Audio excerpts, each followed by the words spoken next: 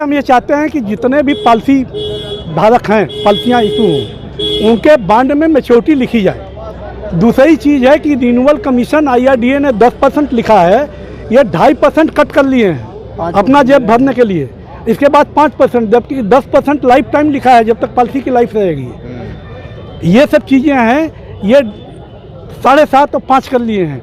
इसको 10% पॉलिसी अवधि तक रिन्यूअल कमीशन दिया जाए, ये भी हमारी मुख्य मांगों में से एक मांग है। सरकार देखिए, भारतीय जीवन बीमा निगम के अंदर 13 लाख अभिकर्ताओं के साथ जो काला कानून लगाया गया है 1 अक्टूबर 2024 को, और इसमें IRDA और सरकार और चेयरमैन मिल करके अभिकर्ताओं के ऊपर एक कुठाराघात किया है और पॉलिसी होल्डरों के साथ कुठाराघात किया है, और एक काला कानून ला करके जो अभिकर्ताओं के ऊपर भारतीय जीवन बीमा का कारोबार टिका हुआ है, उसको नींव की ईंट मानते हैं, उन्हीं के साथ यह दुर्व्यवहार किया गया है। अभिकर्ताओं का कमीशन कम कर दिया गया है और पॉलिसी होल्डरों की जो किस्त बढ़ा दी गई है। अब बोनस रेट को छुआ तक नहीं गया है, उसका कम करने का प्रयास किया गया है।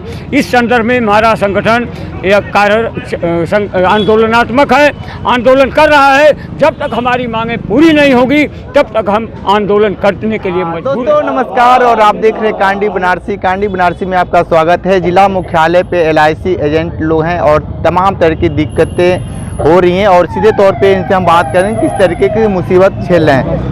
ये बताइए कि जिस तरीके से आप लोग आज जिला मुख्यालय पे आकर अपनी मांगों को लेकर प्रदर्शन कर रहे हैं, क्या दिक्कतें हो रही हैं?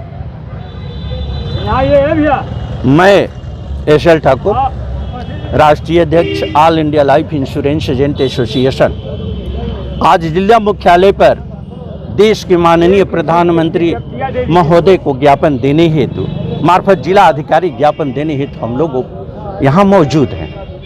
भारतीय जीवन बीमा निगम के अंदर अमूलचूल परिवर्तन किया गया है 1 अक्टूबर 2024 से। उस परिवर्तन के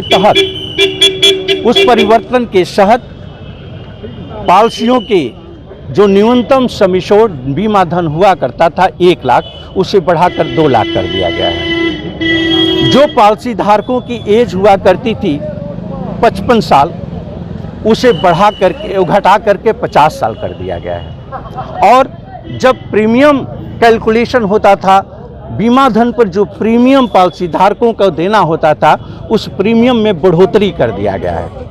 बोनस में कोई बढ़ोतरी नहीं की गई है। ये तमाम मुद्दों को लेकर के all India life insurance agent association इस बदलाव को उचित नहीं समझता है। कारण कि माननीय वित्त मंत्री सहित IRDA के अध्यक्ष सहित भारतीय जीवन बीमा निगम के सक्षम अधिकारी अध्यक्ष महोदय को भी ज्ञापन दिया गया, उस पर किसी भी तरह की पहल न होने के कारण आज देश के माननीय प्रधानमंत्री को ज्ञापन मार्फत जिला अधिकारी देने के लिए हम लोग मौजूद हैं और इंतजार करेंगे। माननीय प्रधानमंत्री महोदय पर ये भरोसा है कि इन सक्षम अधिकारियों को दिशा निर्देश देंगे, आदेश निर्देश निर्गत करेंगे। अगर बदलाव को वापस ले लिया जाता है तो ठीक है, नहीं तो संगठन आगे भी आंदोलन के लिए आगे बढ़ेगा। ये इनकलाब की आवाज़ तब तक नहीं रुकेगी जब तक कि 1 अक्टूबर 2024 का निर्णय वापस नहीं हो जाता।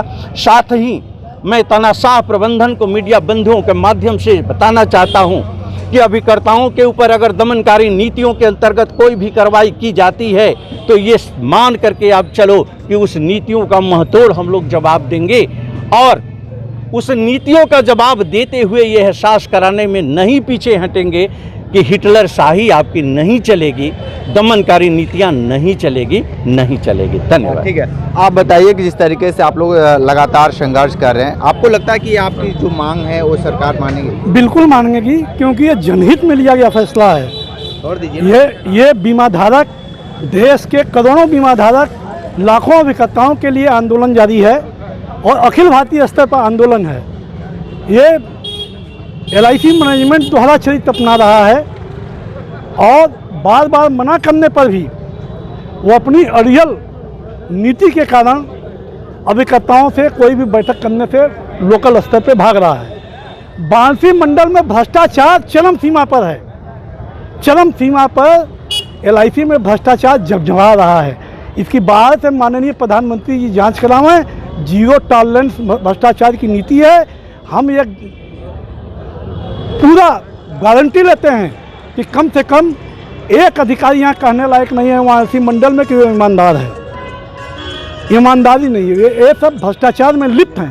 पहले इनके भ्रष्टाचार की भी जांच हो, यही मांगे। बकिया लड़ाई आप लोग के माध्यम से आयु में कमी कर दी गई है, तो कहाँ से दिक्कतें हो रही है? हाँ, उससे आप पहले क्या दिक्कत हो रही है? पहले बता रहे हैं, पहले बिल्कुल दिक्कत हो रही है। पहले 65 साल के व्यक्तियों का बीमा होता था, फिर इन्होंने 55 साल किया, अब 50 साल किया, कुछ पॉलिसियों में 45 साल कर दिया, तो क्लेम तो आएगा ही नहीं। फिर पॉलिसी होल्डर को फायदा क्या होगा भाई? आप 55 साल का आदमी को बीमा देके 10 साल बाद खत्म कर देंगे। 65 साल आदमी 66 साल भी जिंदा रहता है, उसके बाद भी जिंदा रहता है, उसको कोई लाभ नहीं मिल रहा है। तो फिर आपका कोषागार भरने के लिए अभी करता है। बीमा धारक को कुछ न मिले, बीमा धारक को कुछ भी न मिले, कोई फायदा न मिले। अरे भाई, ये तो 1 सितंबर 1956 को स्थापना हुई थी कि भारत के गांव में, गलियों में, शहरों में, मोहल्लों में प्रत्येक व्यक्ति तक जीवन बीमा पहुँचे। इसीलिए इसका राष्ट्रीयकरण हुआ था। आज इन्होंने इतना कर दिया है कि जिस देश में 80% जनता प्रधानमंत्री के राशन पर निर्भर है, वे क्या इनका बीमा ले पाएगी? मंडल कार्यालय पर था, लेकिन और जो ले भी पाएंगे वो कितने महंगे दर पर लेंगे, और जो लेना चाहते हैं उनको भी नहीं मिलेगा।